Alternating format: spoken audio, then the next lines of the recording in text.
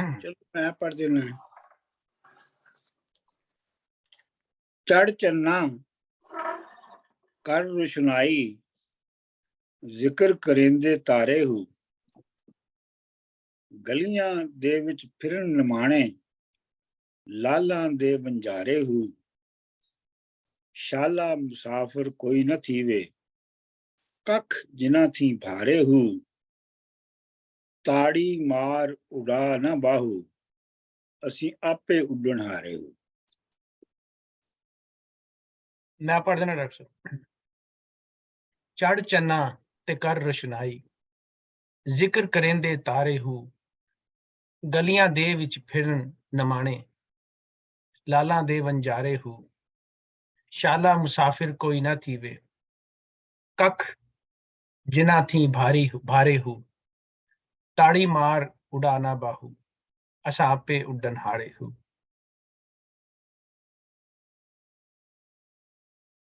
जी मैं पढ़ दिनी है जी। चढ़ चन्ना ते कर रुशनाई जिक्र करेंदे तारे हूँ गलियां दे विच फिरन निमाणे लालां दे वंजारे हूँ शाला मुसाफिर कोई न थीवे कख जिना थी भारे हूँ ताड़ी मार उड़ा ना बाहू असी आपे उड्डन हारे हूँ।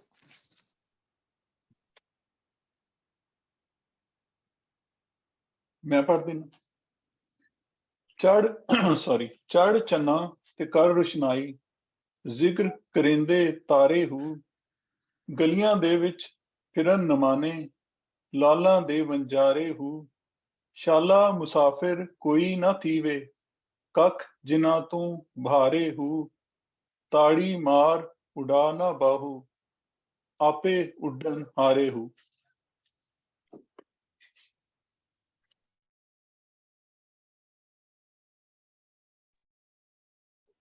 हाँ जी, मैं अगे पढ़ देना जी।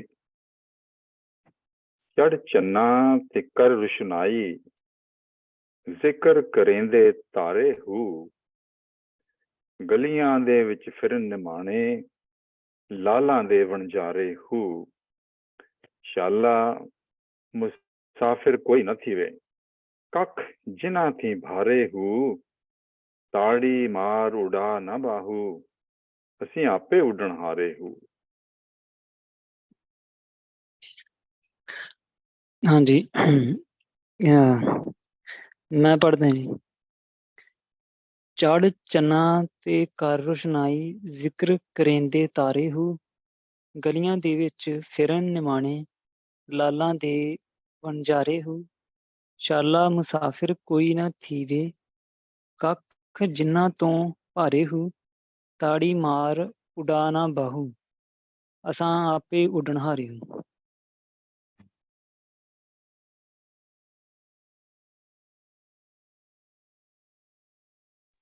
पुष्पा जी तुम म्यूट हो। हाँ जी अच्छा। चढ़ चन्ना ते कर रोशनाई जिक्र करेंदे तारे हूँ गलियां दे विच फिरन निमाणे लालां दे वणजारे हूँ शाला मुसाफिर कोई न थीवे कख जिना थी भारे हूँ ताड़ी मार उड़ा ना बाहू असां आपे उड्डण हारे हूँ।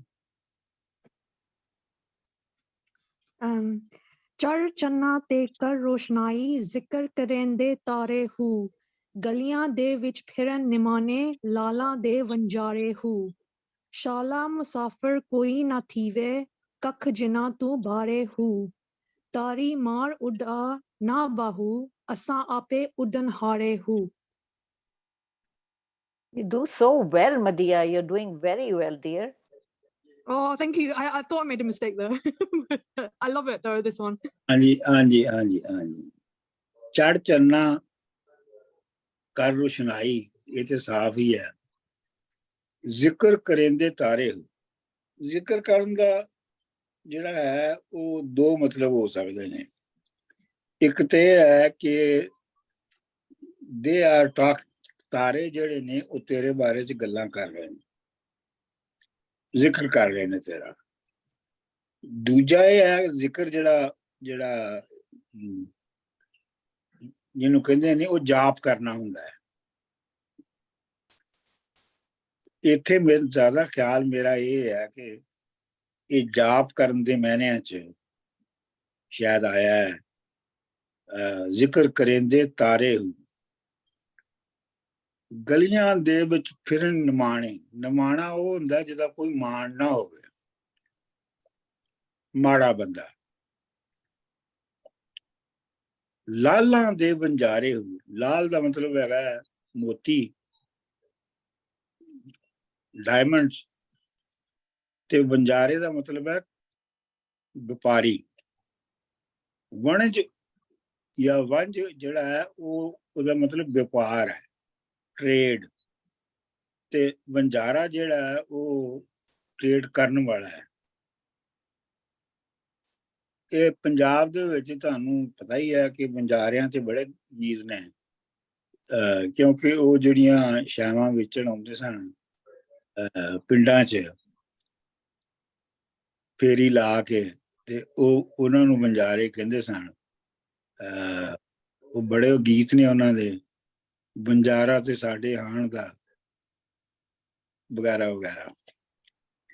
ਸ਼ਾਲਾ ਮੁਸਾਫਰ ਕੋਈ ਨਾ ਥੀਵੇ, ਇਹ ਹੁਣ ਪੁਸ਼ਪਾ ਜੀ ਦੀ ਜ਼ੁਬਾਨ ਆ ਗਈ ਸ਼ਾਲਾ ਵਾਲੀ। ਸ਼ਾਲਾ ਦਾ ਮਤਲਬ ਜਿਹੜਾ ਹੈ ਉਹ, ਸ਼ਾਲਾ ਜਿਹੜਾ ਉਹ ਬਣਿਆ ਇਨਸ਼ਾ ਅੱਲਾ ਤੋਂ, ਕਿ ਅੱਛਾ ਰੱਬ ਨਾ। ਸ਼ਾਲਾ ਮੁਸਾਫਿਰ ਕੋਈ ਨਾ ਥੀਵੇ, ਥੀਵੇ ਦਾ ਮਤਲਬ ਹੈ ਹੋਵੇ,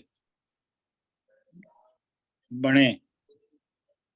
ਸ਼ਾਲਾ ਮੁਸਾਫਿਰ ਕੋਈ ਨਾ ਥੀਵੇ, ਕੱਖ ਜਿਨ੍ਹਾਂ ਥੀ ਭਾਰੇ ਹੋ। ਕੱਖ ਦਾ ਤੁਹਾਨੂੰ ਪਤਾ ਹੀ ਹੈ, ਸਟਰਾ, ਯਾਨੀ ਮੁਸਾਫਿਰ ਜਿਹੜਾ ਹੈ ਉਹਦੇ ਨਾਲੋਂ ਤੇ ਸਟਰਾ ਦਾ ਵੀ ਵਜ਼ਨ ਬਹੁਤਾ ਹੁੰਦਾ ਹੈ।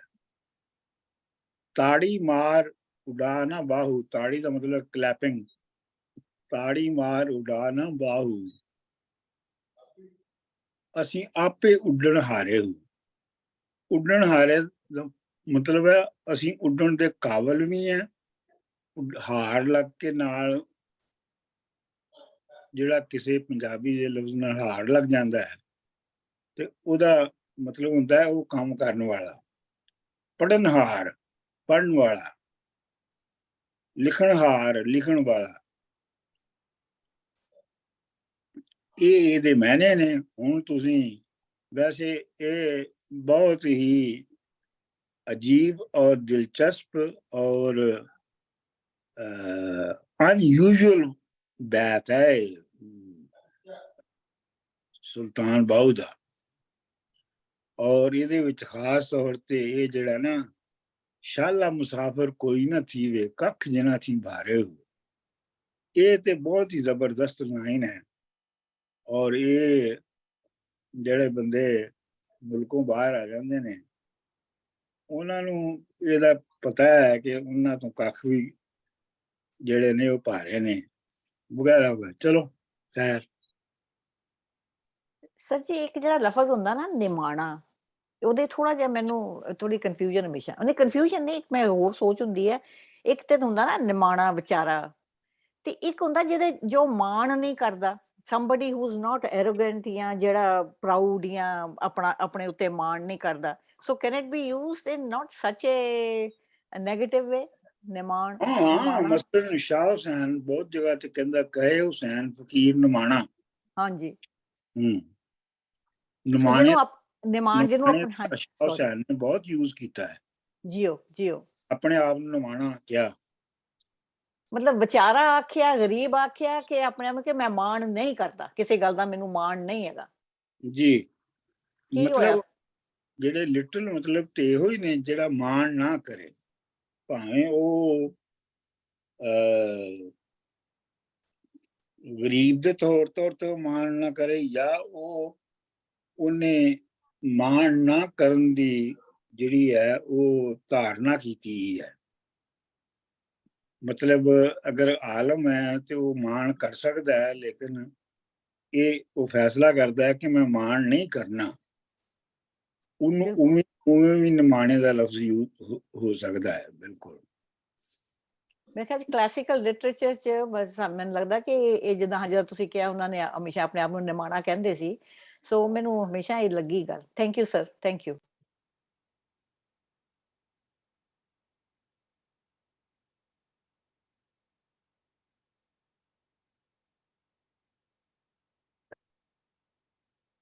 हाँ जी, करोगे कोशिश? मैं शुरू कर दूं? हाँ जी, शुरू करो। ਅੱਛਾ, ਮੈਨੂੰ ਜਿਹੜਾ ਪਹਿਲਾ ਮਿਸਰਾ ਨਾ ਇਹਦੇ ਜਿਹੜਾ ਲਿਖਿਆ ਚੜ੍ਹ ਚਨਾ ਤੇ ਕਰ ਰੁਸ਼ਨਾਈ ਜ਼ਿਕਰ ਕਰੇਂਦੇ ਤਾਰੇ ਹੂ, ਇਹ ਜਿਹੜਾ ਰੁਸ਼ਨਾਈ ਦਾ ਲਫ਼ਜ਼ ਹੈ ਨਾ, ਇਹ ਚਾਰੇ ਹੀ ਮਿਸਰਿਆਂ ਦੀ ਉਹ ਜਾਨ ਹੈ ਕਿ ਚੜ੍ਹ ਚਨਾ ਤੇ ਕਰ ਰੁਸ਼ਨਾਈ ਜ਼ਿਕਰ ਕਰੇਂਦੇ ਤਾਰੇ ਹੂ।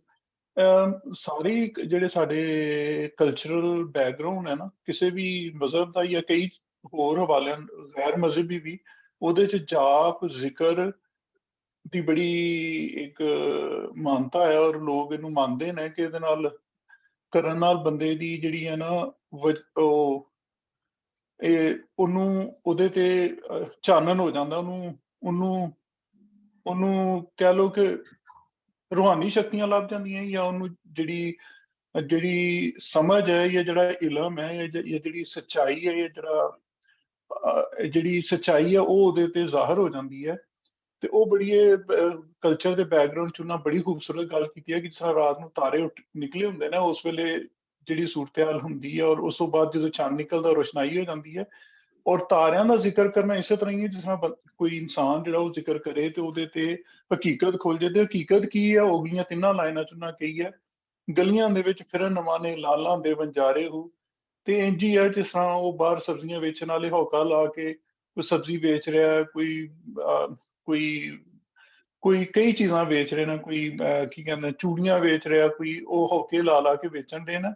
ਔਰ ਉਹਨਾਂ ਦਾ ਉਹ ਉਹਨਾਂ ਦੀ ਕੋਈ ਵਰਤ ਉਸ ਤਰ੍ਹਾਂ ਨਹੀਂ ਹੈ ਕਿ ਉਹ ਕੋਈ ਸਕੈਜੂਲਡ ਹੈ ਜਾਂ ਉਹ ਕੋਈ ਬੜੀ ਉਹਨਾਂ ਦੀ ਕੋਈ ਮਾਨਤਾ ਹੈ। ਉਹਨਾਂ ਦੀ ਕੋਈ ਕੁਝ ਵੀ ਨਹੀਂ। ਗਲੀਆਂ ਦੇ ਵਿੱਚ ਫਿਰਨ ਉਹ ਬੰਦੇ ਦੀ, ਜਦੋਂ ਉਹ ਬੰਦਾ ਜ਼ਿਕਰ ਕਰਕੇ ਜਦੋਂ ਉਹਦੇ ਤੇ ਚਾਨਣ ਹੋ ਜਾਂਦਾ ਹੈ ਤੇ ਉਹ ਆਪਣੇ ਆਪ ਨੂੰ ਉਂਝ ਸਮਝਦਾ ਜਿਸ ਤਰ੍ਹਾਂ ਗਲੀਆਂ ਦੇ ਵਿੱਚ ਕੋਈ ਆਮ ਬੰਦਾ ਜਿਹੜਾ ਹੀਰਿਆਂ ਦਾ ਤਜਾਰਤ ਕਰ ਰਿਹਾ ਹੋਏ ਔਰ ਉਹ ਹੋਕੇ ਲਾ ਕੇ ਵੇਚ ਰਿਹਾ ਹੋਏ, ਉਹਨੂੰ ਪਤਾ ਹੀ ਨਾ ਕਿ ਉਹ ਹੀਰਿਆਂ ਦੀ ਕੀ ਅਹਿਮੀਅਤ ਹੈ। ਔਰ ਉਹਦੀ ਬੰਦੇ ਦੀ ਜਿਹਦੇ ਤੇ ਇਹ ਸੱਚਾਈ ਨਿਕਲ ਆਉਂਦੀ ਹੈ ਕਿ ਉਹ ਕੀ ਔਰ ਕਿਉਂ ਹੈ, ਉਹ ਇੱਕ ਮੁਸਾਫਿਰ ਤਰ੍ਹਾਂ ਹੋ ਜਾਂਦਾ ਹੈ ਜਿਹਦੇ ਤੋਂ ਕੱਖ ਵੀ ਭਾਰੇ ਹੁੰਦੇ ਨੇ। ਯਾਨੀ ਉਹ ਆਪਣੀ ਹਸਤੀ ਨੂੰ ਏਡਾ ਵੱਡਾ ਨਹੀਂ ਸਮਝਦਾ। ਤਾੜੀ ਮਾਰ ਉਡਾਨਾ ਬਾਹੂ, ਅਸੀਂ ਆਪੇ ਉੱਡਣ ਹਾਰੇ ਹੋ। ਇਹ ਬੜੀਆਂ ਖੂਬਸੂਰਤ ਤਮਸੀਲਾਂ ਨੇ। ਪਿੰਡਾਂ 'ਚ ਹੋਕੇ ਦੇਣ ਵਾਲੇ ਆਉਂਦੇ ਨੇ, ਉਹ ਆਉਂਦਾ ਹੈ ਬੰਜਾਰਾ, ਆਵਾਜ਼ਾਂ ਲਾਉਂਦਾ ਹੈ, ਕੁਛ ਵੇਚ ਕੇ ਤੇ ਉੱਥੋਂ ਨਿਕਲ ਜਾਂਦਾ, ਕਿਸੇ ਦੂਸਰੇ ਪਿੰਡ ਨਿਕਲ ਜਾਂਦਾ ਹੈ। ਤੇ ਇਹ ਇਸ ਹਯਾਤੀ ਵਿੱਚ, ਇਸ ਦਿਮਾਗ ਵਿੱਚ, ਇਸ ਦਿਲ ਵਿੱਚ ਅਸੀਂ ਜਿਹੜੀਆਂ ਚੀਜ਼ਾਂ ਨੂੰ ਬੜਾ ਵੱਡਾ ਸਮਝਦੇ ਹਾਂ, ਬੜਾ ਅਹਿਮ ਸਮਝਦੇ ਹਾਂ, ਉਹਨਾਂ ਦੀ ਅਹਿਮੀਅਤ ਇੰਨੀ ਕੁ ਵੀ ਹੈ ਅਗਰ ਬੰਦੇ ਤੇ ਇਹ ਜ਼ਿਕਰ ਦੀ ਰੋਸ਼ਨਾਈ ਜਿਹੜੀ ਉਹਦੀ ਇਲਮ, ਰੂਹਾਨੀਅਤ ਔਰ ਸਮਝ ਦੀ ਚਾਨਣ ਹੋ ਜਾਏ ਉਹਦੇ ਤੇ।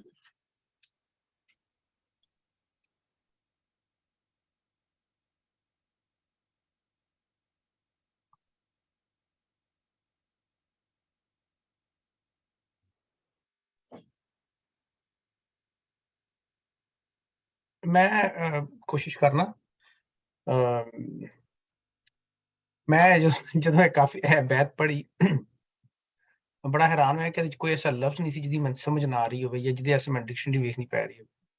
ਲੇਕਿਨ ਔਖਾ ਕੰਮ ਇਹ ਸੀ ਕਿ ਜਿੰਨੀ ਇਹ ਸਿੰਪਲ ਨਜ਼ਰ ਆਉਂਦੀ ਹੈ, ਓਨੀ ਹੀ ਇਹਦੀ ਬੁਨਤ ਜਿਹੜੀ ਹੈ ਉਹਨੂੰ ਸਮਝਣ ਵਾਸਤੇ ਔਖਾ ਹੋ ਰਿਹਾ ਮੈਂ ਇਸ ਵੇਲੇ ਵੀ। ਮੈਨੂੰ ਲੱਗਾ ਕਿ ਇਹਦੇ 'ਚ ਸੁਲਤਾਨ ਬਾਹੂ ਹੋਰਾਂ ਨੇ ਆਪਣੀ ਜ਼ਾਤ ਨੂੰ, ਇਨਸਾਨ ਨੂੰ ਇੱਕ ਮੁਸਾਫਿਰ ਦੇ ਨਾਲ ਤਸ਼ਬੀਹ ਦਿੱਤੀ ਹੈ ਤੇ ਉਹਨੂੰ ਉਹ ਦੱਸਿਆ ਕਿ ਅਸੀਂ ਇੱਥੇ ਸਾਰੇ ਮੁਸਾਫਿਰ ਤਰ੍ਹਾਂ ਵਾਂ ਔਰ ਅਸੀਂ ਕਾਂਸਟੈਂਟ ਜਰਨੀ 'ਚ ਹੈਗੇ ਹਾਂ। ਔਰ ਇਹ ਜਰਨੀ ਜਿਹੜਾ ਵੇ ਸ਼ਾਰਟ ਲਿਵਡ ਹੈ, ਸ਼ਾਰਟ ਜਰਨੀ ਹੈ, ਲੇਕਿਨ ਇਸ ਸ਼ਾਰਟ ਜਰਨੀ ਦੇ ਵਿੱਚ ਸਾਨੂੰ ਜਿਹੜਾ ਸਾਡਾ ਮਾਟੋ ਹੈ ਉਹਦੇ ਤੋਂ ਸਾਨੂੰ ਇਗਨੋਰੈਂਟ ਨਹੀਂ ਹੋਣਾ ਚਾਹੀਦਾ। ਇਸ ਵਾਸਤੇ ਉਹਨਾਂ ਨੇ ਆਪਣੇ ਆਪ ਨੂੰ ਤਾਰੇ ਕਿਹਾ ਔਰ ਜ਼ਿਕਰ ਦੇ ਨਾਲ ਉਹਨੂੰ ਜੋੜਿਆ।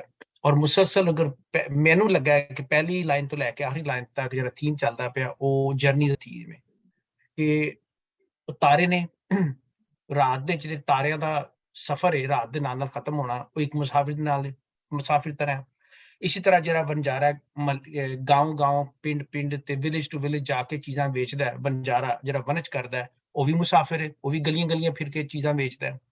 ਫਿਰ ਉਹ ਕਿਉਂਕਿ ਉਹਦਾ ਘਰ ਕਿਧਰੇ ਨਹੀਂ ਹੁੰਦਾ, ਲਿਹਾਜ਼ਾ ਹੁਣ ਕਿਸੇ ਚੀਜ਼ ਦਾ ਮਾਣ ਨਹੀਂ ਹੁੰਦਾ ਕਿ ਮੈਂ ਕਿਸੇ ਖਾਸ ਜਗ੍ਹਾ ਤੇ ਆਪਣਾ ਮਾਣ ਵਧਾਵਾਂ। ਤੇ ਨਾ ਉਹਨੂੰ ਪ੍ਰੋਪਰ ਖਾਣਾ ਮਿਲ ਸਕਦਾ, ਨਾ ਪ੍ਰੋਪਰ ਉਹਨੂੰ ਪਤਾ ਮੈਂ ਰਿਹਾਇਸ਼ ਕਿੱਥੋਂ ਮਿਲੇਗੀ, ਮੈਂ ਰਵਾਂਗਾ ਕਿਸ ਨਾਲ ਫਲਾਣੇ ਪਿੰਡ 'ਚ, ਮੈਨੂੰ ਖਾਣ ਨੂੰ ਕੀ ਮਿਲੇਗਾ, ਮੈਨੂੰ ਲੋਕ ਮਾਨਤਾ ਕਰਨਗੇ ਜਾਂ ਮੈਨੂੰ ਧੱਕੇ ਦੇ ਕੇ ਕੱਢ ਦੇਣਗੇ, ਜਾਂ ਮੇਰਾ ਕਾਰੋਬਾਰ ਚੱਲੇਗਾ ਨਹੀਂ ਚੱਲੇਗਾ, ਉਹਨੂੰ ਕਿਸੇ ਚੀਜ਼ ਦਾ ਕੁਝ ਨਹੀਂ ਪਤਾ, ਬੜੀ ਅਨਸਰਟਨਟੀ ਜੀ ਹੈ। ਤੇ ਉਹ ਬਿਲਕੁਲ ਇਹੋ ਸਿਚੁਏਸ਼ਨ ਹੈ ਜਿਹੜੀ ਕਿ ਥਰੂ ਆਊਟ ਮੈਂ ਵੇਖਣਾ ਪਿਆ, ਮੈਂ ਲੱਗਦਾ ਪਿਆ ਕਿ ਇੱਕ ਮੁਸਾਫਿਰ ਹੈ, ਉਹ ਸਫ਼ਰ 'ਚ ਹੈਗਾ ਤੇ ਉਹ ਤਾੜੀ ਮਾਰ ਉਡਾ ਨਾ ਬਾਹੂ, ਕਿ ਅਗਰ ਅਸੀਂ ਇੱਥੇ ਆ ਗਏ ਹਾਂ ਔਰ ਅਸੀਂ ਜ਼ਿਕਰ ਕਰਨੇ ਪਏ ਹਾਂ ਔਰ ਰੋਸ਼ਨੀ ਦੀ ਤਲਾਸ਼ 'ਚ ਹੈਗੇ ਹਾਂ, ਇਲਮ ਦੀ ਤਲਾਸ਼ 'ਚ ਹੈਗੇ ਹਾਂ, ਔਰ ਅਸੀਂ ਜਾਪਨੇ ਪਏ ਹਾਂ ਆਪਣੇ ਰੱਬ ਵਾਸਤੇ, ਔਰ ਅਸੀਂ ਸਿਰਫ ਰੋਸ਼ਨੀ ਜਿਹੜੀ ਸਾਨੂੰ ਚੰਨ ਕੋਲੋਂ ਮਿਲਣੀ ਹੈ, ਅਸੀਂ ਉਹੀ ਚੀਜ਼ ਰੋਸ਼ਨੀ ਅੱਗੇ ਪਾਸ ਔਨ ਕਰਨੇ ਪਏ ਹਾਂ, ਤੇ ਸਾਡੇ ਤੇ ਕੋਈ ਜ਼ੁਲਮ ਨਾ ਕਰੇ, ਸਾਡੇ ਤੇ ਕੋਈ ਔਖਾ ਨਾ ਹੋਵੇ। ਕਿਉਂ? ਰਹਿਣਾ ਔਖਾ ਕਰਨ ਵਾਲੇ ਵੀ ਨਹੀਂ ਰਹਿਣਾ, ਤੇ ਰਹਿਣਾ ਮੈਂ ਅਸੀਂ ਵੀ ਨਹੀਂ ਜਿੰਨਾ ਤੁਸੀਂ ਔਖੇ ਹੋ ਰਹੇ ਹੋ। ਲਿਹਾਜ਼ਾ ਸਾਨੂੰ ਤੁਸੀਂ ਸਾਡੇ ਨਾਲ ਜ਼ਿਆਦਾ ਔਖੇ ਨਾ ਹੋਵੋ, ਔਰ ਅਸੀਂ ਜਿਹੜਾ ਕੰਮ ਕਰਨੇ ਪਿਆ ਇਲਮ ਵਾਲਾ ਰੋਸ਼ਨੀ ਲੈ ਕੇ, ਔਰ ਆਫ ਕੋਰਸ ਚੰਨ ਜਿਹੜਾ ਵੇ ਉਹ ਰੱਬ ਏ, ਉਹ ਯੂਨੀਵਰਸਲ ਲਾਜ਼ ਨੇ, ਯੂਨੀਵਰਸਲ ਟਰੂਥ ਹੈ, ਨੇਚਰ ਹੈ, ਕਿਉਂਕਿ ਸਾਰਾ ਦੇਖੋ ਸਾਡੇ 5 ਸੈਂਸਿਸ ਨੇ, ਸਾਡੀ ਸਾਰੀ ਨੌਲੇਜ ਜਿਹੜੀ ਹੈ 5 ਸੈਂਸਿਸ ਦੀ ਬਦੌਲਤ ਹੈ, ਔਰ 5 ਸੈਂਸਿਸ ਜਿਹੜੇ ਨੇ ਉਹ ਫਿਜ਼ੀਕਲ ਇੰਟਰੈਕਸ਼ਨ ਹੈ ਨੇਚਰ ਦੇ ਨਾਲ, ਉਹ ਸਾਡੀ ਸਾਰੀ ਨੌਲੇਜ 5 ਸੈਂਸਿਸ ਤੋਂ ਆਉਂਦੀ ਹੈ, ਤੇ 5 ਸੈਂਸਿਸ ਜਿਹੜੀ ਹੈ ਉਹ ਨੇਚਰ ਹੀ ਸਾਨੂੰ ਸਾਰੀ ਨੌਲੇਜ ਦੇ ਰਹੀ ਹੈ, ਇਹ ਨੇਚਰ ਹੀ ਚਾਹਨੇ ਮੇਰੇ ਖਿਆਲ ਦੇ ਵਿੱਚ। ਤੇ ਉਹ ਕਹਿ ਰਿਹਾ ਕਿ ਸਾਨੂੰ ਉਹ ਲੋਕ ਜਿਹੜੇ ਸਾਨੂੰ ਨਹੀਂ ਪਸੰਦ ਕਰਦੇ ਕਿ ਅਸੀਂ ਇਹ ਕੰਮ ਕਰਨੇ ਪਏ ਹਾਂ ਚੁੱਪ ਕਰਕੇ ਫਕੀਰਾਂ ਵਾਲਾ, ਔਰ ਸਾਡੇ ਅਸੀਂ ਕੋਈ ਮਾਣ ਵੀ ਨਹੀਂ ਕਰਦੇ ਇਸ ਕੰਮ ਦੇ ਵਿੱਚ, ਤੇ ਸਾਡੇ ਨਾਲ ਤੁਸੀਂ ਔਖੇ ਨਾ ਹੋਵੋ, ਇੱਥੋਂ ਤੁਸੀਂ ਵੀ ਚਲਾ ਜਾਣਾ ਤੇ ਇੱਥੋਂ ਅਸੀਂ ਵੀ ਚਲਾ ਜਾਣਾ, ਤੇ ਤਾੜੀ ਮਾਰ ਉਡਾ ਨਾ ਬਾਹੂ, ਅਸਾਂ ਆਪੇ ਉੱਡਣ ਹਾਰੇ ਹੋ, ਕਿ ਅਸੀਂ ਤੇ ਚਲਾ ਜਾਣਾ, ਸਭ ਨੇ ਚਲਾ ਜਾਣਾ, ਤੇ ਇਹ ਜ਼ੁਲਮੋ ਸਿਤਮ, ਇਹ ਔਖਾ ਹੋਣਾ, ਇਹ ਠੀਕ ਨਹੀਂ ਹੈਗਾ। ਮੈਨੂੰ ਨਹੀਂ ਸਮਝ ਆਈ। ਮੈਂ ਮਾੜੀ ਜਿਹੀ ਕੋਸ਼ਿਸ਼ ਕਰਨੀ ਡਾਕਟਰ ਸਾਹਿਬ ਜੀ ਪਲੀਜ਼। ਜੀ ਮੈਂ ਸ਼ੁਰੂ ਕਰਨਾ ਚਾਹੁੰਦੀ ਹਾਂ ਕਿ ਗਲੀਆਂ ਦੇ ਵਿੱਚ ਫਿਰਨ ਨਿਮਾਣੇ ਲਾਲਾਂ ਦੇ ਵੰਜਾਰੇ ਹੋ। ਅੱਛਾ, ਜਿੱਦਾਂ ਇੱਕ ਵਾਰ ਪਹਿਲਾਂ ਵੀ ਡਾਕਟਰ ਸਾਹਿਬ ਨੇ ਜ਼ਿਕਰ ਕੀਤਾ ਸੀ ਕਿ ਜਿਹੜੇ ਘੱਟ ਨੌਲੇਜ ਵਾਲੇ ਹੁੰਦੇ ਨੇ ਉਹ ਆਪਣੀ ਥੋੜੀ ਬਹੁਤੀ ਨੌਲੇਜ ਲੈ ਕੇ ਤੇ ਉਹ ਗਲੀ ਜਿਹੜੇ ਨੇ ਉਹ ਉਹਨੂੰ ਵੇਚਦੇ ਫਿਰਦੇ ਨੇ, ਆਪਣੀ ਜਿਹੜੀ ਉਹਨਾਂ ਦੀ ਬੜੀ ਕਮ ਨੌਲੇਜ ਹੁੰਦੀ ਜਿਹੜੀ। ਸੋ ਦੇ ਆਰ ਟਰਾਈਂਗ ਟੂ ਮਤਲਬ ਉਹਦਾ ਵਣਜ ਕਰਦੇ ਨੇ, ਇੱਕ ਕਿਸਮ ਦਾ ਗਲੀਆਂ ਦੇ ਵਿੱਚ ਫਿਰਨ ਨਿਮਾਣੇ ਲਾਲਾਂ ਦੇ ਵੰਜਾਰੇ, ਵਣਜ ਕਰਦੇ ਨੇ ਆਪਣੀ ਨੌਲੇਜ ਦਾ। ਸੋ ਉਹਨਾਂ ਨੂੰ ਕਾਊਂਟਰਐਕਟ ਕਰਨ ਨੂੰ ਉਹ ਕਹਿੰਦੇ ਨੇ ਉਹ ਬੰਦਾ ਜਿਹੜਾ ਕਿ ਇੱਕ ਸੁਲਝਿਆ ਹੋਇਆ ਔਰ ਜਿਹੜਾ ਕਿ ਇੱਕ enlightened ਬੰਦਾ ਆ, ਉਹ ਕਹਿੰਦੇ ਨੇ be the Don of enlightenment ਔਰ ਨੌਲੇਜ, ਕਿ ਵੀ ਤੂੰ ਤੂੰ ਚੰਦ ਦੀ ਰੋਸ਼ਨੀ ਵਾਂਗੂ ਕੋਈ ਐਸਾ ਇਨਸਾਨ ਤੂੰ ਉੱਠ ਕਿ ਵੀ ਤੂੰ ਚੜ, ਜਿਹਦੇ ਕੋਲ ਨੌਲੇਜ ਹੈਗੀ ਹੈ, go out into this world and spread the word ਜਿਹਨੂੰ ਕਹਿੰਦੇ ਨਾ। ਸੋ ਬੀ that ਰੋਸ਼ਨੀ ਆਫ enlightenment and knowledge। ਤੇ ਜਿਹੜੇ ਤਾਰੇ ਨੇ ਕਿ ਜਿਹੜੇ ਕਿ ਅੱਧੇ ਰਸਤੇ ਤੱਕ ਪਹੁੰਚੇ ਹੋਏ ਨੇ, ਜਿਹੜੇ ਸਮਝਦੇ ਨੇ, ਦੇ ਆਰ ਨਾਟ ਥੀਸ ਜਿਹੜੇ ਗਲੀਆਂ ਦੇ ਵੰਜਾਰਿਆਂ ਤੋਂ ਅੱਗੇ ਨੇ, ਉਹ ਲੋਕ, ਉਹ ਜਿਹੜੇ ਨੇ ਉਹ ਤਾਰੇ ਨੇ ਕਿ ਜਿਹੜੇ ਸਮਝ ਰਹੇ ਨੇ ਕਿ ਸਾਨੂੰ ਇਹ ਨੌਲੇਜ ਦੀ ਲੋੜ ਹੈ ਕਿ ਅਸੀਂ ਉੱਥੇ ਪਹੁੰਚਣਾ, ਤਾਂ ਉਹਨਾਂ ਵਾਸਤੇ ਇੱਕ ਰੋਸ਼ਨੀ ਬਣ, be that beacon of knowledge। ਤੇ ਸ਼ਾਲਾ ਮੁਸਾਫਰ ਕੋਈ ਨਾ ਥੀਵੇ ਕੱਖ ਜਿਨ੍ਹਾਂ ਤੋਂ ਪਾਰੇ ਹੋ।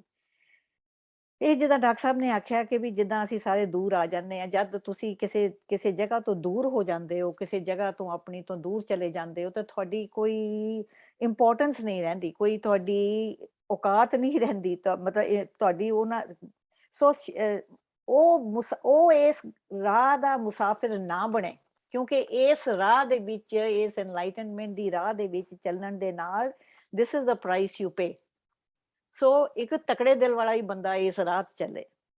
ਤਾੜੀ ਮਾਰ ਉਡਾ ਨਾ ਬਾਹੂ, ਅਸੀਂ ਆਪੇ ਉੱਡਣ ਹਾਰੇ ਹੋ। ਤੇ ਤੂੰ ਇਹ ਤਾਂ ਪਿਆਰੀ ਬੜੀ ਲਾਈਨ ਹੈ, ਹੁਣ ਮੈਨੂੰ ਸਮਝ ਵੀ ਥੋੜੀ ਦਿਮਾਗ 'ਚ ਆ ਰਹੀ ਹੈ ਪਰ ਪੂਰੀ ਨਹੀਂ, ਕਿ ਸਾਨੂੰ ਡਰਾ ਨਾ। ਉਹ ਮਤਲਬ ਜਿੱਦਾਂ ਕਹਿ ਰਹੇ ਨੇ ਕਿ ਤੂੰ ਇਸੇ ਸਫ਼ਰ ਜਾਣਾ ਤਾਂ ਬੀ ਕੇਅਰਫੁਲ। ਸੋ ਤੂੰ ਸਾਨੂੰ ਉਡਾ ਨਾ, ਅਸੀਂ ਤੇ ਆਪੇ ਹੀ ਐਡੇ ਮਤਲਬ ਕਿ ਹੈਗੇ ਆ ਕੱਖਾਂ ਤੋਂ ਹੌਲੇ ਮੁਸਾਫਰ ਆ, ਕਿ ਵੀ ਅਸੀਂ ਤੇ ਆਪੇ ਉੱਡਣ ਆ ਰਹੇ ਹਾਂ ਤੇ ਉੱਡੂ ਕਰਦੇ ਆ, ਔਰ ਜ਼ਿੰਦਗੀ ਦਾ ਸਫ਼ਰ ਔਰ ਇਹਦਾ ਹੈ ਵੀ ਛੋਟਾ। ਸੋ ਆਈ ਥਿੰਕ ਮੈਨੂੰ ਥੋੜੀ ਜਿਹੀ ਏਦਾਂ ਦੀ ਸਮਝ ਆਈ ਹੈ, ਪਤਾ ਨਹੀਂ।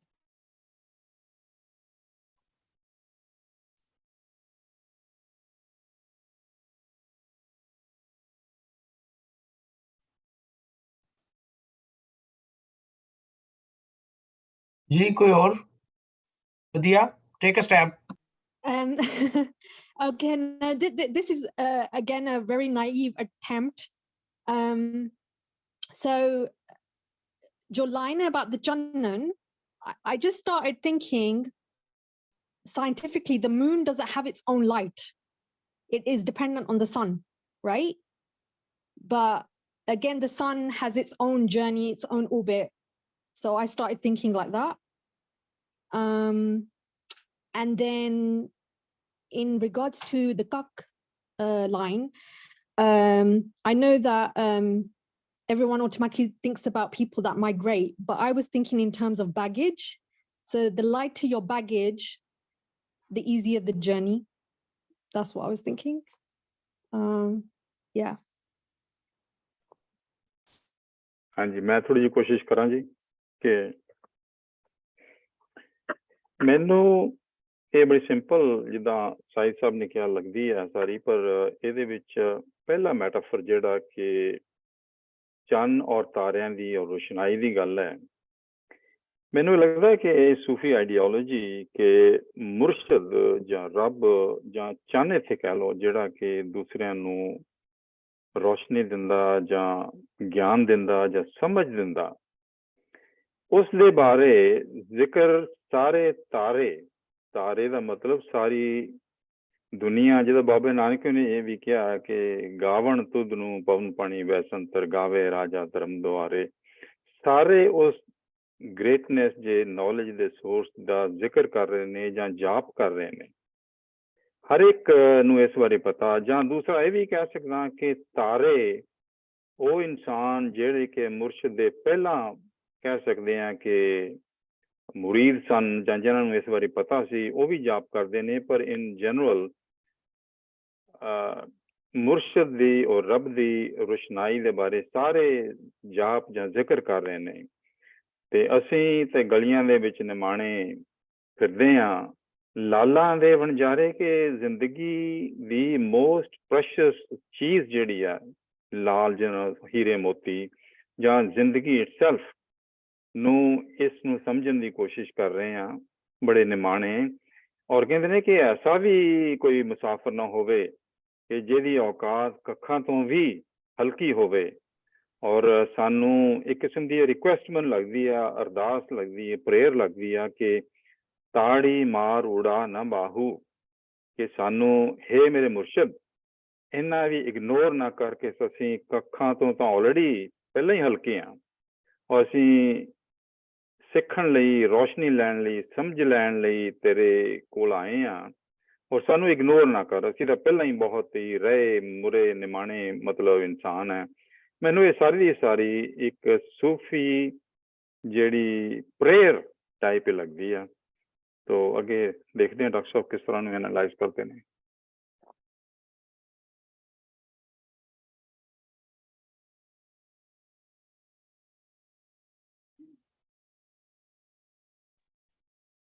हाँ जी कोई और?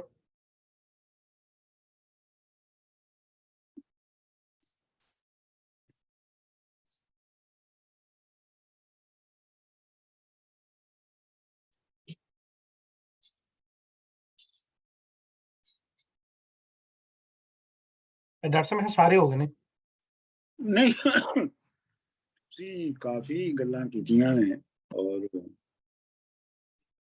ਬਹੁਤ ਸਾਰੀਆਂ ਠੀਕ ਗੱਲਾਂ ਵੀ ਕੀਤੀਆਂ ਨੇ।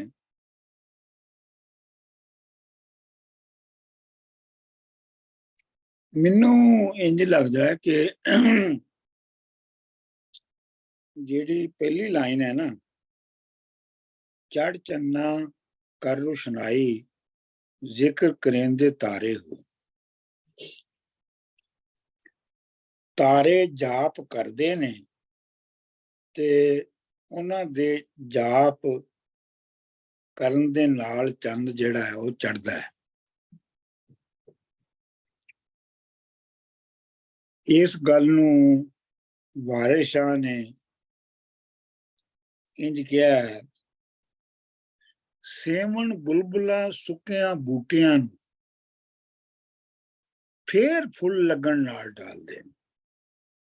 ਬੁਲਬੁਲਾਂ ਜਿਹੜੀਆਂ ਨੇ ਉਹ ਸੁੱਕਿਆਂ ਬੂਟਿਆਂ ਨੂੰ ਆਪਣੇ ਹੰਝੂਆਂ ਨਾਲ, ਅਥਰੂਆਂ ਨਾਲ ਸਿੰਜਦੀਆਂ ਨੇ, ਵੈਟ ਕਰਦੀਆਂ ਨੇ, ਤੇ ਤਾਂ ਉਹਨੂੰ ਫੁੱਲ ਲੱਗਦੇ ਨੇ।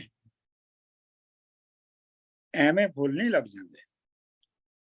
ਸੋ ਮੈਨੂੰ ਇੱਕ ਤੇ ਇਹ ਲੱਗਦਾ ਕਿ ਜਿਹੜੀ ਪਹਿਲੀ ਲਾਈਨ ਹੈ ਨਾ, ਉਹਦੀ ਲੱਗਦਾ ਹੈ ਕਿ ਮੈਨੂੰ ਤੁਹਾਡੀ ਵੀ ਪੜ੍ਹਤ ਸਹੀ ਹੈ, ਮੇਰੀ ਪੜ੍ਹਤ ਕੁਛ ਇੰਝ ਹੈ ਕਿ ਤਾਰੇ ਜ਼ਿਕਰ ਕਰਦੇ ਨੇ, ਤਾਰੇ ਜਾਪ ਕਰਦੇ ਨੇ ਤੇ ਚੰਨ ਚੜ੍ਹਦਾ ਹੈ। ਤੇ ਜੇ ਨਾ ਜਾਪ ਕਰੇ ਤੇ ਵੈਸੇ ਜਿਹੜੀ ਆਮ ਹੈ ਉਹ ਤੇ ਗਲੀਆਂ ਦੇ ਵਿੱਚ ਫਿਰਨ ਮਾਣੇ ਲਾਲਾਂ ਦੇ ਵੰਜਾਰੇ ਹੋ। ਇੱਥੇ ਵੰਜਾਰਾ ਜਿਹੜਾ ਹੈ ਉਹ ਲਾਲਾਂ ਦਾ ਵੰਜਾਰਾ ਹੈ, ਮੋਤੀਆਂ ਦਾ ਵੰਜਾਰਾ, ਦੌਲਤ ਦਾ ਵੰਜਾਰਾ ਹੈ, ਆਮ ਵੰਜਾਰਾ ਨਹੀਂ ਹੈ। ਲਾਲਾਂ ਦੇ ਵੰਜਾਰੇ ਜਿਹੜੇ ਨੇ, ਜੇ ਉਹ ਜਾਪ ਨਹੀਂ ਕਰਦੇ ਤੇ ਲਾਲਾਂ ਦੇ ਵੰਜਾਰੇ ਜਿਹੜੇ ਨੇ ਉਹ ਵੀ ਗਲੀਆਂ ਦੇ ਵਿੱਚ, ਉਹਨਾਂ ਨੂੰ ਵੀ ਇਵੇਂ ਪਰਸੀਵ ਕੀਤਾ ਜਾ ਸਕਦਾ ਕਿ ਜਿਵੇਂ ਉਹ ਗਲੀਆਂ ਦੇ ਵਿੱਚ ਨਿਮਾਣੇ ਲੋਕਾਂ ਦੀ ਤਰ੍ਹਾਂ ਉਹਨਾਂ ਦੀ ਹਸੀਅਤ ਵੀ ਉਹੋ ਹੀ ਹੈ। ਤੇ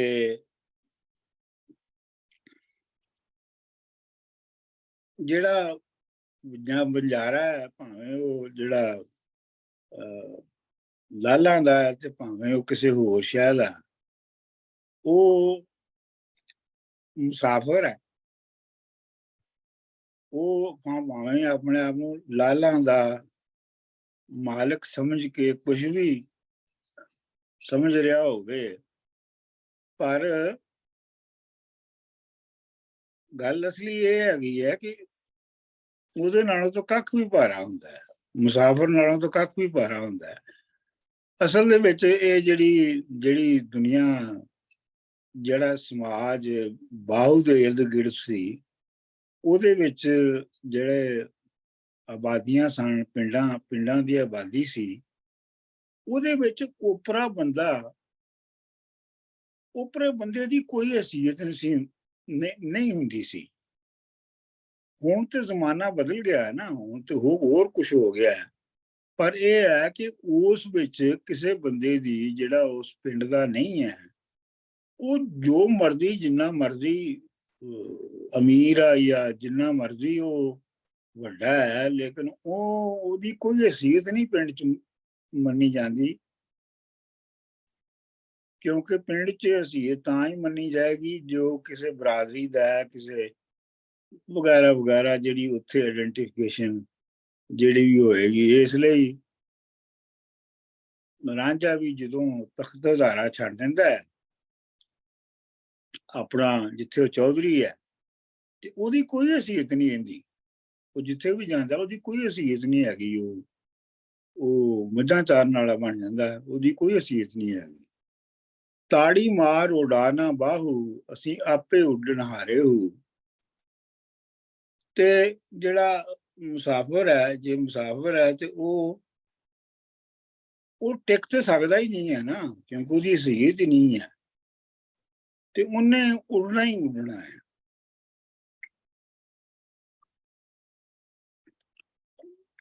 ਇੱਥੇ ਹੋਰ ਲੰਮੀ ਗੱਲ ਹੋ ਸਕਦੀ ਹੈ, ਲੇਕਿਨ ਮੇਰਾ ਖਿਆਲ ਹੈ ਇੰਨਾ ਹੀ ਕਾਫੀ ਹੈ। ਮਜ਼ਾ ਲਓ, ਐਕਸਪੀਰੀਅੰਸ ਕਰੋ ਇਸ ਬੈਤ ਨੂੰ। ਇਹ ਬਹੁਤ ਜ਼ਬਰਦਸਤ ਬੈਤ ਹੈ, ਇਹਨੂੰ ਐਕਸਪੀਰੀਅੰਸ ਕਰੋ। ਡਾਕਟਰ ਸਾਹਿਬ ਜੀ, ਕਿ ਦੇਖੋ, ਤੁਸੀਂ ਅਗਰ ਸ਼ਾਇਰ ਹੋਵੋ ਤੇ ਤੁਹਾਨੂੰ ਅੰਦਾਜ਼ਾ ਹੋਵੇ ਕਿ ਇਹ ਸੋਚਣਾ ਕਿ ਮੁਸਾਫਰ ਜਿਹੜਾ ਹੈ ਉਹ ਕੱਖ ਨਾਲੋਂ ਵੀ ਹੌਲਾ ਹੁੰਦਾ ਹੈ, ਇਹ ਸੋਚਣਾ ਬੜੀ ਕ੍ਰੀਏਟਿਵ ਗੱਲ ਹੈ। ਇਹ ਡਾਕਟਰ ਸਾਹਿਬ ਇੱਕ ਹੋਰ ਪੱਖ ਮੇਰੇ ਜ਼ਿਹਨ 'ਚ ਆਇਆ ਸੀ ਪਹਿਲੀ ਲਾਈਨ ਪੜ੍ਹ ਕੇ, ਕਿ ਜਿਵੇਂ ਬਾਊਰੀ ਕਹਿ ਰਹੇ ਨੇ ਚੰਨ ਨੂੰ, ਕਿ ਇਹ ਚੰਨ ਠੀਕ ਹੈ, ਸਾਡੇ ਕੋਲ ਜਿਹੜੀ ਵੀ ਰੋਸ਼ਨੀ ਆ ਰਹੀ ਹੈ ਉਹ ਰਿਫਲੈਕਟ ਹੋ, ਤੇਰੀ ਰਿਫਲੈਕਸ਼ਨ ਹੈ, ਲੇਕਿਨ ਇਹ ਵੀ ਜ਼ਿਹਨ 'ਚ ਰੱਖ ਕੇ ਤੇਰਾ ਵੀ ਜਿਹੜਾ ਚੰਨ ਦੀ ਅਹਿਮੀਅਤ ਜਿਹੜੀ ਹੈ, ਤੇਰੀ ਜਿਹੜੀ ਇੰਪੋਰਟੈਂਸ ਹੈ, ਉਹ ਸਾਡੇ ਜਾਪਣ ਦੇ ਬਗੈਰ ਨਹੀਂ ਗੀ। ਸੋ ਅਸੀਂ ਵੀ ਕੰਪਲੀਮੈਂਟ ਈਚ ਅਦਰ। ਤੇ ਇੱਕ ਕਿਸਮ ਦਾ ਸ਼ਿਕਵਾ ਵੀ ਹੈ, ਕੋਈ ਰਿਕੁਐਸਟ ਵੀ ਹੈ, ਇਸ ਮਿਲੀ ਜੁਲੀ ਮਨ ਲੱਗ ਰਹੀ ਹੈ ਕਿ ਚੜ ਚੰਨਾ ਤੇ ਕਰ ਰੋਸ਼ਨਾਈ, ਜ਼ਿਕਰ ਕਰਿੰਦੇ ਤਾਰੇ ਹੋ ਕਿ ਮੈਨੂੰ ਇਹ ਰਿਕੁਐਸਟ ਤੋਂ ਜ਼ਿਆਦਾ ਮੈਨੂੰ ਇਹ ਕਾਜ਼ ਔਰ ਇਫੈਕਟ ਲੱਗਦਾ ਹੈ। ਜੀ ਜਿਵੇਂ ਉਹ ਕਹਿ ਰਹੇ ਨੇ ਕਿ ਵੀ ਬੇਸ਼ੱਕ ਤੁਹਾਡੀ ਰੋਸ਼ਨੀ ਤਾਰਿਆਂ ਕੁਝ ਰੋਸ਼ਨੀ ਆਉਂਦੀ ਹੈ, ਉਹ ਚੰਨ ਤੋਂ ਆਉਂਦੀ ਹੈ, ਲੇਕਿਨ ਉਹ ਇਹ ਵੀ ਕਹਿ ਰਹੇ ਨੇ ਕਿ ਸਾਡੇ ਜਾਪਣ ਦੇ ਬਗੈਰ ਤੈਨੂੰ ਚੰਨ ਮੰਨਣ ਵਾਲਾ ਕੋਈ ਵੀ ਨਹੀਂ ਹੈਗਾ। ਹੋਰ ਕੋਈ ਗੱਲ? हाँ वैसे अच्छी गल है कि चंद दी इंपॉर्टेंस तां ही है जे तारे तारे- छोटे छोटे ओदे आस-पास जेड़े जाप करदे है। जिस तरह ਵੱਡੇ ਵੱਡੇ ਗੁਰੂ ਹੈ ਉਹਨਾਂ ਚੇਲੇ ਦੇ ਜਿਹੜੇ ਚੇਲੇ ਹੈ ਉਹ ਉਹਨਾਂ ਦੀ ਇੰਪੋਰਟੈਂਸ ਬਣਾਉਂਦੇ ਹੈ। ਐਗਜ਼ੈਕਟਲੀ। ਉਹ ਕਹਿੰਦੇ ਨੇ ਜੀ ਪੁਸ਼ਪਾ ਜੀ, ਉਹ ਕਹਿੰਦੇ ਨੇ ਪੀਰ ਨਹੀਂ ਉੱਡਦਾ, ਮੁਰੀਦ ਆਉਂਦੇ ਨੇ। ਹਾਂ। ਡਾਕਟਰ ਸਾਹਿਬ ਮੈਨੂੰ ਇੰਟਰਸਟਿੰਗ ਪੁਆਇੰਟ ਲੱਗਿਆ ਇਹਦੇ ਚ, ਵਾਕਈ ਬੜੀ ਇੰਟਰਸਟਿੰਗ ਬੈਤ ਹੈ। ਇਹ 50 ਲੋਕ ਐਵੇਂ ਖੜੇ ਖੜੇ ਬੋਲਦੇ ਹੁੰਦੇ ਨੇ, ਲੇਕਿਨ ਜਦੋਂ ਉਹਨਾਂ ਨੂੰ ਪੁੱਛੋ ਨਾ ਕਿ ਕੀ ਹੈ ਤੇ ਉਹ ਗੱਡੀ ਬੈਗ ਨਿਕਲ ਜਾਂਦੇ ਨੇ। ਕਹਿੰਦੇ ਨੇ ਜੀ ਉਹ ਪੀਰ ਨੇ ਕਿਹੜੇ ਪੀਰ ਦੇ ਕਿਹੜੇ ਪਰ ਲੱਗੇ ਨੇ ਜਿਹੜਾ ਉਹਨੇ ਉੱਡ ਕੇ ਇੱਕ ਥਾਂ ਤੋਂ ਦੂਜੇ ਥਾਂ ਜਾਣਾ ਹੈ। ਇਹ ਤੇ ਉਹਦੇ ਮੁਰੀਦ ਨੇ ਜਿਹੜੇ ਉਹਨੂੰ ਉਡਾਉਂਦੇ ਨੇ। ਹਾਂ ਨਹੀਂ ਬਹੁਤ ਇਹ ਵਾਕਈ ਮੁਸਾਫਿਰ ਵਾਲਾ ਜਿਹੜਾ ਇਹਨਾਂ ਨੇ ਮੈਟਾਫੋਰ ਯੂਜ਼ ਕੀਤਾ ਹੈ, ਕੱਖ ਤੋਂ ਭਾਰੀ ਨਹੀਂ ਹੋ ਸਕਦਾ, ਉਹ ਕੱਖ ਤੋਂ ਵੀ ਹਲਕਾ ਹੁੰਦਾ ਹੈ। ਬਹੁਤ ਇਮੇਜਿਨੇਸ਼ਨ ਦੀ ਅਖੀਰ ਹੈ, ਤਖਯਲ ਦੀ। ਬਿਲਕੁਲ ਬਹੁਤ। ਹਾਂ ਔਰ ਸਪੈਸ਼ਲੀ ਡਾਕਟਰ ਸਾਹਿਬ ਉਹੀ ਗੱਲ ਹੈ 16ਵੀਂ ਸਦੀ ਚ। ਉਹੀ ਗੱਲ ਹੈ ਕਿ ਹੀਰ ਨਾ ਜਿਉਂਦੀ ਕਦੇ ਵਕਤ ਦੇ ਕੈਦੋਂ ਅਤੇ ਖੇੜੇ ਬਿਨਾ। ਉਸ ਟਾਈਮ ਦੇ ਉੱਤੇ ਜੇ ਕੈਦੋਂ ਤੇ ਹੀ ਖੇੜੇ ਨਾ ਹੁੰਦੇ ਤੇ ਹੀਰ ਨੂੰ ਕਿਹਨੇ ਪੁੱਛਣਾ ਸੀ? ਉਹਦੀ ਸਟੋਰੀ ਨੇ ਕਿੱਧਰ ਦੀ ਕਿੱਧਰ ਜਾਣਾ ਸੀ? ਡਾਕਟਰ ਸਾਹਿਬ ਮੌਲਾ ਜੱਟ ਦਾ ਡਾਇਲੌਗ ਯਾਦ ਆ ਗਿਆ। ਉਹ ਮੌਲਾ ਜੱਟ ਚ ਉਹਨੂੰ ਕਹਿੰਦਾ ਹੈ ਕਿ ਮੈਂ ਨੂਰੀ ਨੱਤ ਕਹਿੰਦਾ ਮੈਂ ਤੈਨੂੰ ਦੁਸ਼ਮਣ ਬਣਾਉਣਾ ਚਾਹੁੰਦਾ ਨਾ ਮੌਲੇ ਨੂੰ। ਕਹਿੰਦਾ ਕਿਉਂ? ਉਹ ਕਹਿੰਦਾ ਜਦ ਤੱਕ ਤੂੰ ਮੇਰਾ ਦੁਸ਼ਮਣ ਨਹੀਂ ਬਣੇਗਾ, ਮੇਰੇ ਲੋਕਾਂ ਤੇ ਧਾਕ ਕਿਵੇਂ ਪਵੇਗੀ ਕਿ ਮੈਂ ਬੜਾ ਬਹਾਦਰ ਹਾਂ। ਦੂਜੀ ਇਹਦੇ 'ਚ ਮੈਂ ਇੱਕ ਵਾਅਦਾ ਇਹ ਕਰਨਾ ਚਾਹੁੰਦਾ ਕਿ ਜਿਹੜੀ ਇੱਕ ਦੋ ਥਾਟਸ ਚੱਲਦੀਆਂ, ਫਿਲਾਸਫੀ ਆਫ ਲਾਈਫ ਜਿਹੜੀ ਹੈ ਨਾ, ਇੱਕ ਕੰਜ਼ਰਵੇਟਿਵ ਹੁੰਦੀ ਹੈ, ਇੱਕ ਦੂਸਰੀ। ਅਸੀਂ ਕਈ ਸੁਸਾਇਟੀਆਂ ਦੇਖਦੇ ਹਾਂ ਜਿੱਥੇ ਉਹ ਖਾਸ ਘੱਟ ਹੈ ਔਰ ਜਿੱਥੇ ਹਿਊਮੈਨਿਟੀ ਜ਼ਿਆਦਾ ਹੈ, ਉੱਥੇ ਉਹ ਕੰਜ਼ਰਵੇਟਿਵ ਥਾਟ, ਓਨ ਕਰਨ ਦੀ ਥਾਟ, ਆਪਣੇ ਆਪ ਨੂੰ ਵੱਡਾ ਮਤਲਬ ਬੜੀ ਚੀਜ਼ ਸਮਝਣ ਦੀ ਥਾਟ ਉਹ ਘੱਟ ਹੈ। ਜਿਸ ਤਰ੍ਹਾਂ ਅਸੀਂ ਜਿੰਨਾ ਤਰੱਕੀ ਯਾਫਤਾ ਮਾਸ਼ਰਿਆਂ 'ਚ ਆਏ, ਇੱਥੇ ਉਹ ਚੀਜ਼ ਹੈ। ਇਹ ਜਿਹੜੇ ਸਾਡੇ ਸਬ ਕੰਟੀਨੈਂਟ ਦੇ ਏਰੀਆਜ਼ ਨੇ, ਉੱਥੇ ਵੀ ਇਹ ਦੋ ਥਾਟਸ ਕੰਟੀਨਿਊਸਲੀ ਚੱਲਦੀਆਂ ਰਹਿੰਦੀਆਂ। ਇਸ ਜਿਹੜੀ ਬੈਤ ਹੈ ਇਹਦੇ 'ਚ ਜ਼ਿਆਦਾ ਇਹੀ ਚੀਜ਼ ਨਜ਼ਰ ਆਉਂਦੀ ਹੈ ਕਿ ਜਿਹੜੀ ਉਹ ਕੰਜ਼ਰਵੇਟਿਵ ਥਾਟ ਹੈ ਨਾ, ਜਿੱਥੇ ਓਨ ਕਰਨ ਦੀ ਜਾਂ ਉਹਦੇ 'ਚ ਆਪਣੇ ਆਪ ਨੂੰ ਹਮੇਸ਼ਾ ਰਹਿਣ ਵਾਲਾ ਸਮਝਣ ਦੀ ਥਾਟ ਹੈ, ਉਹਦੇ ਅਗੇਂਸਟ ਉਹਨਾਂ ਇਹ ਕਿਹਾ ਕਿ ਤੁਹਾਡੇ ਅੰਦਰ ਇਹ ਵਿਚਦਾਨ ਆ ਜਾਏ ਕਿ ਬੰਦੇ ਦੀ ਹੈਸੀਅਤ ਇੰਝ ਹੀ ਹੈ, ਜਿਸ ਨੂੰ ਜਿਹੜਾ ਤੁਹਾਡੇ ਕੋਲ ਮਾਲ ਅਸਬਾਬ ਹੈ ਜਾਂ ਜੋ ਵੀ ਹੈ, ਉਹਦੀ ਹੈਸੀਅਤ ਇੰਝ ਹੀ ਹੈ ਜਿਸ ਨਾਲ ਤੁਸੀਂ ਗਲੀਆਂ ਵਿੱਚ ਉਹ ਲਾਲ ਵੇਚ ਰਹੇ ਹੋ, ਤੇ ਜਾਂ ਤੁਹਾਡੀ ਹੈਸੀਅਤ ਇਸ ਨਾਲ ਜਿਸ ਤਰ੍ਹਾਂ ਮੁਸਾਫਿਰ ਹੁੰਦਾ ਹੈ ਤੇ ਜਿਸ ਤਰ੍ਹਾਂ ਪਰਿੰਦਿਆਂ ਦਾ ਇੱਕ ਡਰ ਬੈਠਾ ਹੁੰਦਾ, ਕੋਈ ਤਾੜੀ ਮਾਰਦਾ ਉਹ ਉੱਡ ਜਾਂਦੇ ਨੇ, ਇੰਨੀ ਹੈਸੀਅਤ ਹੈ। ਬਾਕੀ ਤੁਸੀਂ ਇਕਨੋਮਿਕਲੀ, ਸਾਈਕੋਲੋਜੀਕਲੀ, ਫਿਲਾਸਫਿਕਲੀ ਜਾਂ ਸੋਸ਼ਲੀ ਜੋ ਓਨ ਕਰਦੇ ਹੋ ਜਾਂ ਜਿਹਦੇ ਤੇ ਮਾਨ ਕਰਦੇ ਹੋ, ਅਗਰ ਤੁਹਾਨੂੰ ਉਹ ਤੁਹਾਡਾ ਚਾਨਣ ਹੋ ਜੇ ਤੁਹਾਡੇ ਤੇ, ਔਰ ਤੁਹਾਡੇ ਤੇ ਉਹ ਰਾਜ਼ ਖੁੱਲ ਜਾਏ, ਤੇ ਤੁਸੀਂ ਇਹਨੂੰ ਇੰਨੀ ਅਹਿਮੀਅਤ ਨਾ ਦੇਵੋ।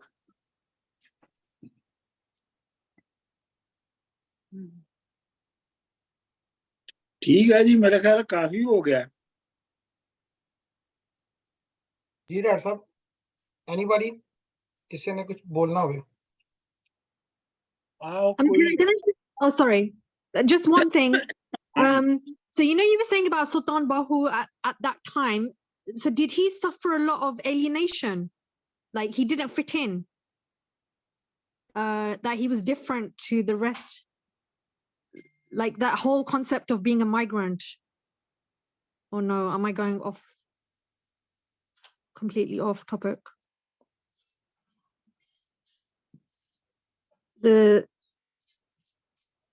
Because I don't know, the line you said about that the migrant has no choice but to fly, And Sultan Bahu did that with his bets, I feel.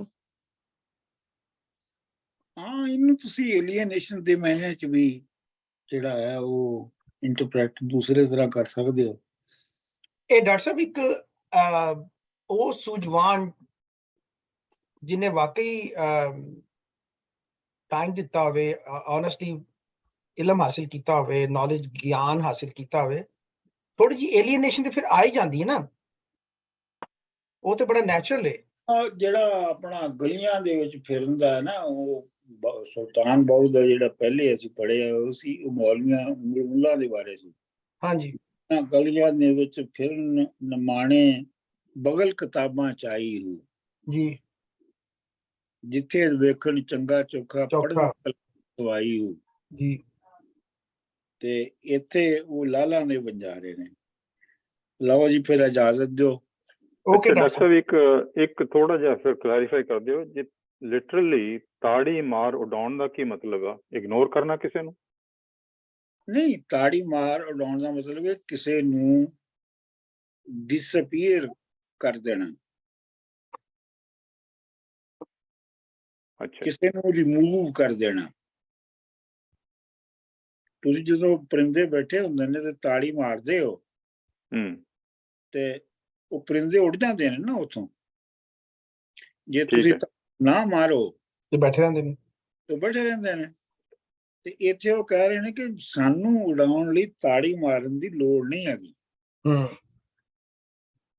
ਅਸੀਂ ਆਪ ਪਾਲੇ ਹਾਂ। ਬਿਊਟੀਫੁਲ।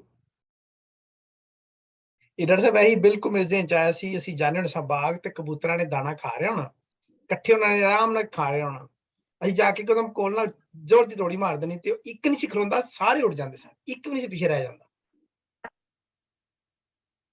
ਉਹ ਇੱਕ ਪੰਜਾਬੀ ਗਾਣਾ ਵੀ ਹੈ ਨਾ, ਤੇਰੇ ਬਾਜਰੇ ਦੀ ਰਾਖੀ ਅੜਿਆ ਮੈਂ ਨਾ ਬਹਿੰਦੀ ਵੇ, ਮੇਰੇ ਜੇ ਤਾੜੀ ਮਾਰ ਕਾਂ ਉਡਾਵਾਂ ਮੇਰੀ ਹੱਥਾਂ ਦੀ ਮਹਿੰਦੀ ਲੈਂਦੀ ਵੇ।